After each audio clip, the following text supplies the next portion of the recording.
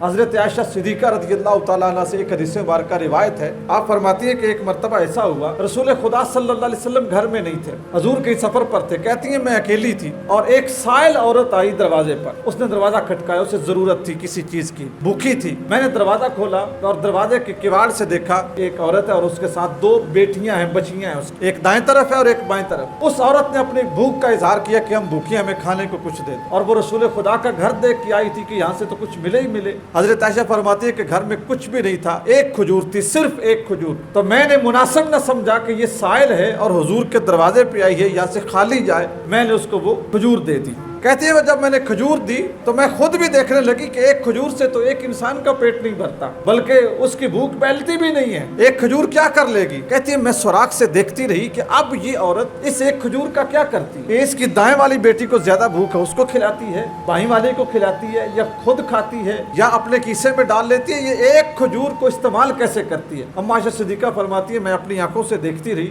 اس عورت نے اس ایک کھجور کو چیرا، گٹلی نکالی، آدھا حصہ دائیں طرف والی بچی کو دیا، آدھا حصہ بائیں طرف والی بچی کو دیا، تھوڑا سا آگے جا کر ان کو پانی پلایا۔ بچیاں پانی پی کے کھجور کا آدھا آدھا ٹکڑا کھا کے وہ بڑی رفتار کے ساتھ، ان کی انرجی بحال ہو رہی تھی، یہ کچھ خوراک مل گئی، بڑی تیز رفتاری کے ساتھ ماں کے ساتھ چلنے لگی۔ حضرت عائشہ صدیقہ فرماتی میں دیکھتی رہی۔ شام کو رسول خدا گھر تشریف لائے، اپنے معاملات سے فارغ ہو کے میں نے رسول اللہ صلی اللہ علیہ وسلم کی بارگاہ میں کھانا پیش کیا، حضور اقدس صلی اللہ علیہ وسلم کے پاس بیٹھ گئی اور میں نے عرض کی اے ہادی کونین، اگر آپ کی طبیعت اور آپ کا مزاج اجازت دے تو آج کا ایک واقعہ اور ایک مشاہدہ آپ کے سامنے رکھنا چاہتی ہوں۔ حضور نے فرمایا بیان کرو۔ فرماتی ہے حضور کھانا کھا رہے تھے، کھانا کھاتے ہوئے میں بات سنانے لگی، اللہ کے نبی اس طرح ایک عورت آئی، اس طرح کا حلیہ تھا، اس طرح کے کپڑے تھے، اس کے پاس کھانے کو کچھ نہیں تھا، بھوک نے تنگ کیا ہوا تھا، ساتھ دو بچیاں تھی، ایک دائیں تھی ایک بائیں تھی، گھر میں دینے کو کچھ نہیں تھا۔ اللہ کے نبی ایک کھجور تھی، میں نے وہ اس کو دے دی، آدھی اس نے ایک بچی کو دی، آدھی دوسری کو دی، اور